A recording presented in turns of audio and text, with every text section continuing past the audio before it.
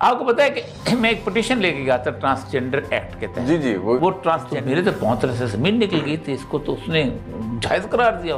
अच्छा इन्होंने, मैं हैरान कि ये क्या हो गया। वो आके कहे हमारे मुंह के ऊपर सारे के सारे जितने भी थे ट्रांसजेंडर वाले, आपको ज्यादा पता है इस्लाम का, इतने बड़े बड़े उलमा वहां पर बैठे हुए, उस पर फिर इन्होंने बकायदा माजरत खामा। नॉर्मली एक ही प्रेस रिलीज में सारे एजेंडा आइटम्स दिए जाते हैं, लेकिन इंजीनियर मोहम्मद अली मिर्जा के हवाले से एक अलहदा से प्रेस रिलीज जारी की गई। दूसरी प्रेस रिलीज थी जिसमें उसमें विद होल्डिंग टैक्स को गैर शरई करार दिया गया पहले, लेकिन बाद में फिर वो उसके ऊपर जो है उसको वापस ले लिया गया।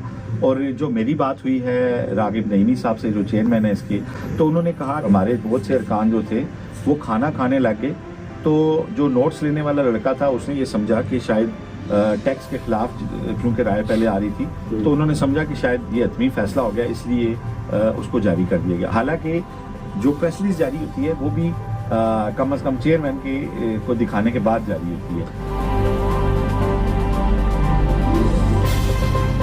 बाद में उन्हें पता चला कि शायद कहीं से प्रेशर आया होगा कि यार ये क्या कर दिया आप लोगों ने, तो उन्होंने कहा वो हम लिखवा रहे थे तो वो लड़का शायद भूल गया, जी टाइपोग्राफी एरर हो गया और वो पब्लिश हो गया। अभी तो इस पे फैसला ही नहीं हुआ, हमने तो फैसला कर। आप ये कह रहे हैं कि इस्लामी नजराती कौंसिल के अरकान खाना खाने चले गए थे? ये मैं नहीं कह रहा, ये चेयरमैन रागिब नईमी साहब जो हैं उन्होंने मेरे से गुफ्तगू में बताया। ये खाने में हलवा था? ये मुझे नहीं पता। अच्छा, हलवा था, मुझे लगता है होगा। पीछे मैंने जाता बहुत कुछ हुआ पीछे, बहुत कुछ। मुफ्ती रागिब नईमी साहब ने कुछ अर्सा पहले, आपको याद है, ये VPN हराम करार दिया। जी बड़ी हैरत हुई। ये बिल्कुल ऐसे ही है कि आप कहें कि बेड भी हराम है क्योंकि इस पे ज़िना होता है। ओ माय कि एक एक फिक्रे से जानबदारी टपक रही है, और उसकी मैं आगे जाके सारी तफसील बताता हूँ। कैसे मामला पहले से तय थे, आप सुन लें, इस क्लिप के बाद आपको फैसला कर लें कि मैं कहता हूँ कमाल पा देती है यार, कमाल। सलाम है इस्लामी नजरियाती कौंसिल के मेंबरान को, जितने हजरात आज वहाँ बैठे थे। मौलाना रागिब नईमी साहब बैठे थे, उसमें हजरत मौलाना हाफिज मोहम्मद अमजद साहब बैठे थे फैसलाबाद से। वो उस दिन भी मुझे फरमा रहे थे, वहाँ खत्म नबूवत कॉन्फ्रेंस थी अल-फतह ग्राउंड फैसलाबाद में, कि मुफ्ती साहब असी वड्डे मिर्जे लाई भी एक कहते, छोटे मिर्जे लाई भी एक कह। कमाल दी गल की थी उन्होंने। वो उस दिन भी मुझे फरमा रहे थे वहाँ कि मुफ्ती साहब असी वड्डे मिर्जे लाई भी एक कहते, छोटे मिर्जे लाई भी एक कह। कमाल दी गल की थी उन्होंने पहले ही मुफ्ती अब्दुल वहाब कारी साहब को बता दिया था कि आप टेंशन ना लें, जिस तरह हम बड़े मिर्जे के हवाले से सोच रखते हैं ना, वही सोच हम छोटे मिर्जे के हवाले से रखते हैं। यानी कि नाउज़ बिल्लाह सफ़ुल्लाह मिर्ज़ा कादियानी लानती को इंजीनियर मोहम्मद रिजा साहब के साथ मिलाया गया, और पहले इन्होंने बता दिया कि जो हमारा मौक़िफ़ है मिर्ज़ा कादियानी लानती के बारे में, वही मौक़िफ़ हमारा एंजल मिर्ज़ा के बारे में ही है। वो साहब क्या फरमा रहे हैं, उन्हें पहले से उन्होंने बता दिया है, और उन्होंने अपना माइंड पहले से तय किया हुआ था कि इसके बारे में हमने क्या राय देनी है। बाकी सारी बातें सानवी है। तो इस्लामी नजरियाती कौंसिल जो है एक रियासत की बनाया हुआ एक अदारा है, जिससे जिस वक्त जैसा चाहे फैसला लिया जा सकता है। फुली तौर पे रिजेक्ट करते हैं जो ये रिपोर्ट जो आ जाई है।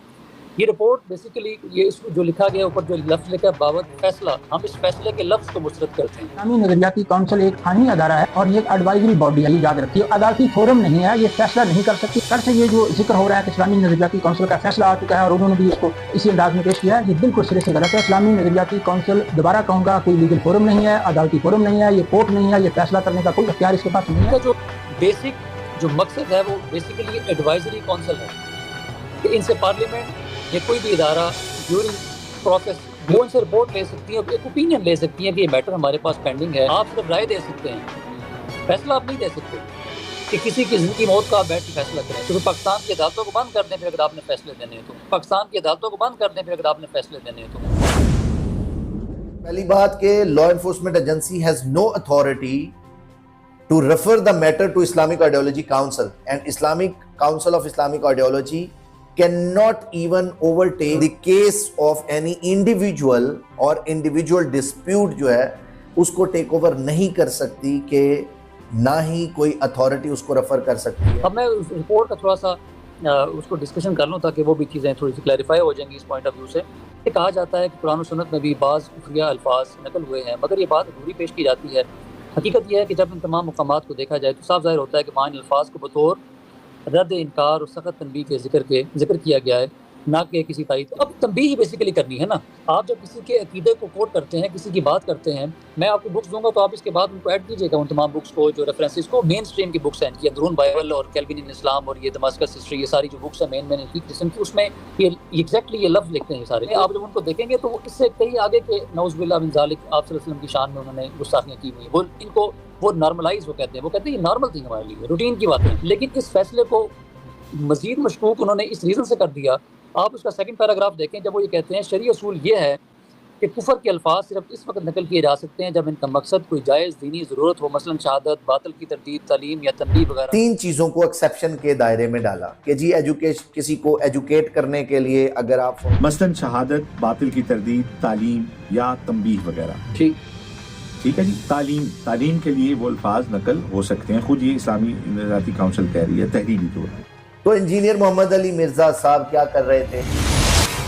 और आज अल्लाह का शुक्र है कि तबलीगी जमात में सैकड़ों की तादाद में ऐसे लोग हैं जो इस कम्युनिटी से वाबस्ता हैं, जो अनअटेंडेड थी मजहबी तबके के एतबार से, और वो राह रास्ते आ चुके हैं। तो इनके राइट्स के लिए आवाज़ बुलंद करनी चाहिए। बाकी जिन लोगों की आपने बात की है, हम उन्हें 100% गलत समझते हैं, लेकिन इस प्लेनेट अर्थ पे उन्हें भी रहने का हक है। उनको आपने दुनिया से खत्म नहीं करना। अल्लाह ताला ने क्या सारे काफिर दुनिया से खत्म कर दिए? देखें, अगर एक शख्स क्रिश्चियन है तो वो मेरे नबी को दज्जाल समझ रहा है, लेकिन मुझे कुरान इजाजत दे रहा है कि मैं उसकी औरत के साथ शादी कर सकता हूं अगर वो किसी क्रिश्चियन की बेटी है। सूरतुल माइदा की आयत नंबर 5 में, किस औरत के साथ जो मेरे नबी को दज्जाल समझती है, और अल्लाह मुझे इजाजत दे रहा है कि उनकी औरतों से तुम निकाह कर सकते हो।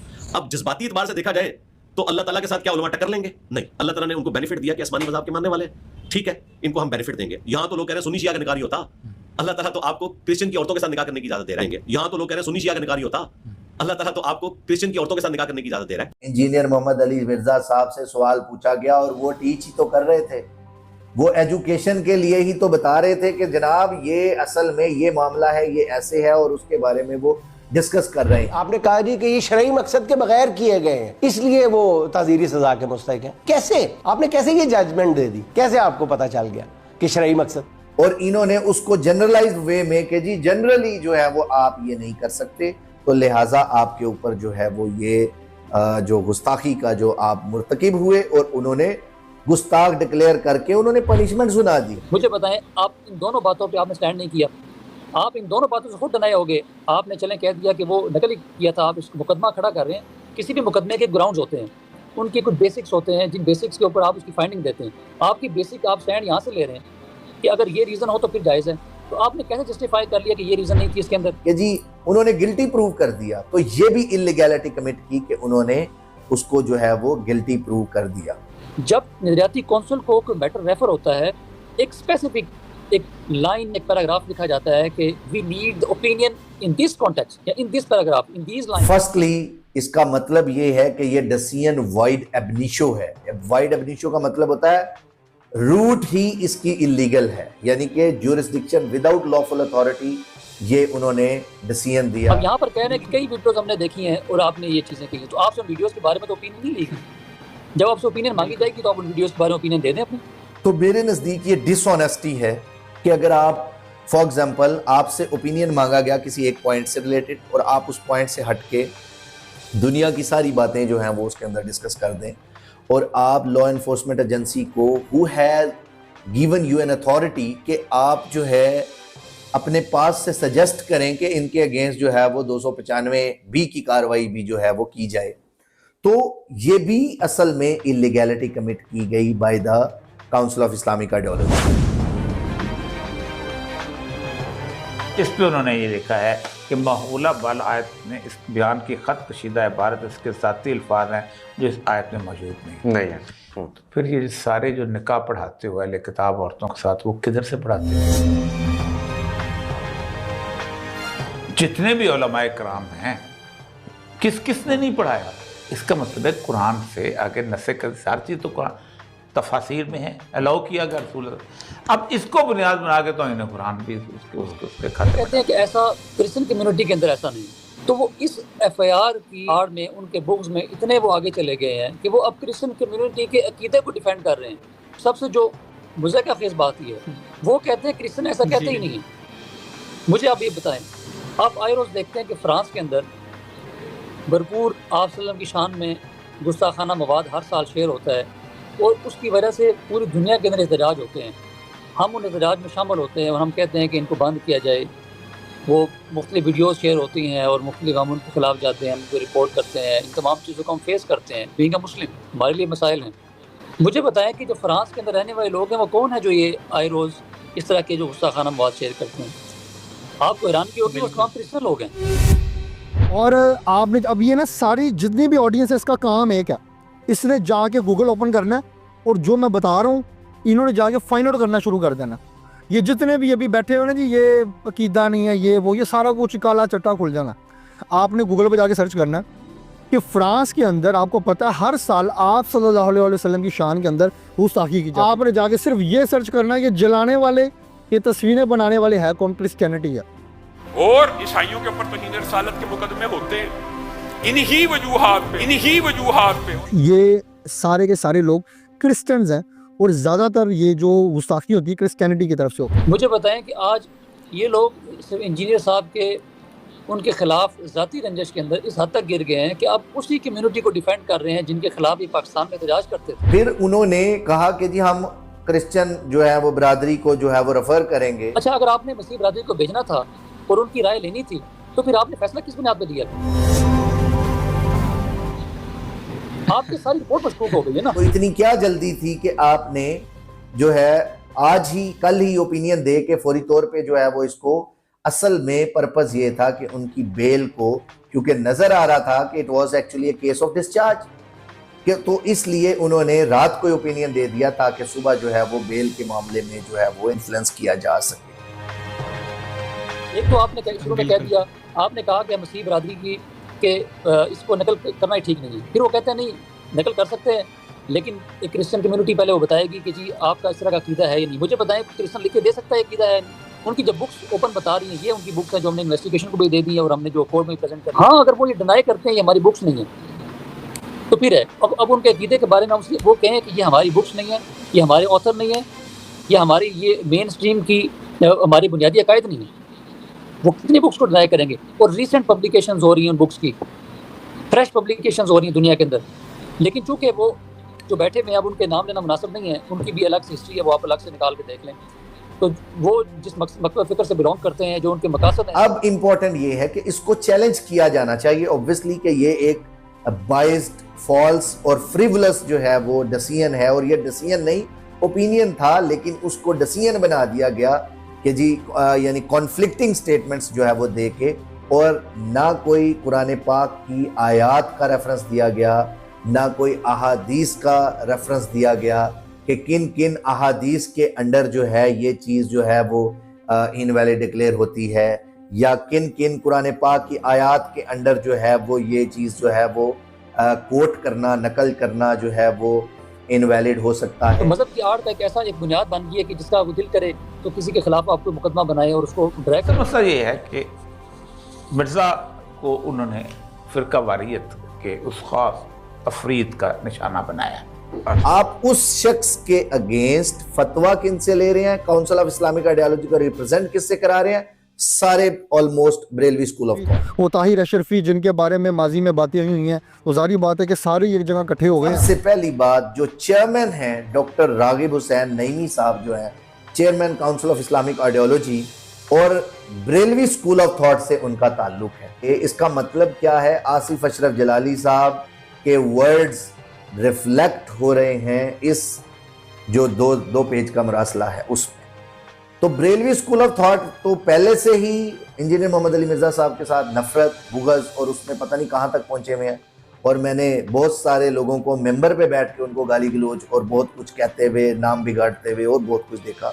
और नाम बिगाड़ने का जो रिफ्लेक्शन है वो इस मरासले में भी हमें जो है वो नज़र आता है कि कहीं पे मिर्ज़ा इंजीनियर लिखा हुआ है, कहीं पे इंजीनियर मिर्ज़ा लिखा हुआ है, कहीं कुछ लिखा हुआ है। तो एक ओरिजिनल करेक्ट नेम नहीं लिखा इस मरासले में, जो कि एक मेरे नज़दीक जो है वो इनफॉर्मल लैंग्वेज जो है वो कंसीडर की जाती है। सेकेंड वन जो इनके साथ जो हैं साहिबजादा पीर खालिद सुल्तान कादरी साहब जो हैं, उनका ताल्लुक किससे है? बरेलवी स्कूल ऑफ थॉट से। डॉक्टर उज़ैर महमूद अल अज़हरी जो हैं, उनका भी ताल्लुक बरेलवी स्कूल ऑफ थॉट से है। पीर शमसुर रहमान मशहदी जो हैं, उनका ताल्लुक भी बरेलवी स्कूल ऑफ थॉट से है। हाफिज ताहिर अशरफी साहब जो है, ताहिर महमूद अशरफी साहब, उनका ताल्लुक भी बरेलवी स्कूल ऑफ थॉट के बड़े उलमा में, पॉलिटिकल उलमा में शामिल होता है। तो वो भी उनके जो है वो मेन स्ट्रीम जो है वो सुन्नी स्कूल को जो है वो रिप्रेजेंट करते हैं, जिनको इंजीनियर मोहम्मद अली मिर्जा साहब जो है वो क्रिटिसाइज करते रहे हैं सारे उसमें। जो आपको याद है कि मैंने भी 1.5-2 साल पहले कहा था कि इसी को कहा था, ये उस वक्त गवर्नमेंट में था ना, मैंने कहा था कि तुझे बड़ा शौक है ना मुनाजरे करवाने का, तू बैठ पीटीवी के ऊपर, तू गवर्नमेंट का नुमाइंदा है ना ताहिर अशरफी, पीटीवी पे बुला मुझे। कुरान और सुन्ना की रोशनी में हर उनके जो एक्ट्स हैं, कॉन्डक्ट्स हैं, उनको जो है वो शुरू से क्रिटिसाइज करते हैं। बहुत सारे सवालात जन्म लेते हैं। पहला सवाल कि जिन उलमा ने इंजीनियर मोहम्मद अली मिर्जा के हक में फतवे दिए, अब उनके बारे में इस्लामी नज़रियाती कौंसिल क्या कहे। दूसरा सवाल कि इस्लामी नज़रियाती कौंसिल ने इतने हसास मौजू पर कोई डिसीजन लेते हुए, कोई फैसला करते हुए, कोई फतवा जारी करते हुए इंजीनियर मोहम्मद अली मिर्जा या उनके वकला की राय ली या उनका मौक़िफ़ सुना। ना तो मिर्जा को सुना गया वहां गया, क्रिश्चियंस को बाकायदा खास तौर पे कहते हैं उनकी बात पे ईमान ले आए। अच्छा, हालांकि तारीख बिल्कुल मुख्तलिफ है। एक मजहबी स्कॉलर, एक मजहबी आलम, एक आलम दीन जिस पर इतने सीरियस इल्जामात हैं, उसे सुना ही नहीं गया। और वहां जहां और उलमा कराम काबिल एहतराम उलमा कराम बैठे हुए थे, इस्लामी नज़रियाती कौंसिल की बात कर रहा हूं, वहां तो उनको बुलाना चाहिए था। भी बुलाएं, जरा आमने सामने बैठ के बात करते हैं। बताएं जी, आपने ये जुमला कहा, इसका बताएं कि इसका हवाला कहा। ये किस तरह की बात कर दी है इस्लामी नजरियाती, मुझे तो अभी तक यकीन नहीं आ रहा। अब मसला सारा ये है कि इस्लामी नज़रियाती कौंसिल ने ये जो इस वक्त बीच में कूदे हैं और उसके ऊपर कुछ लोग रक्स कर रहे हैं, कुछ गलत कर रहे हैं, कुछ इसमें उन्होंने इतना गलत किया है कि जिस दिन किसी इस्लामी नज़रियाती कौंसिल में बरेलवी का गलबा ज़्यादा होगा, वो देवबंदियों को गुस्ताख रसूल कह के सिंपल उड़ा देंगे।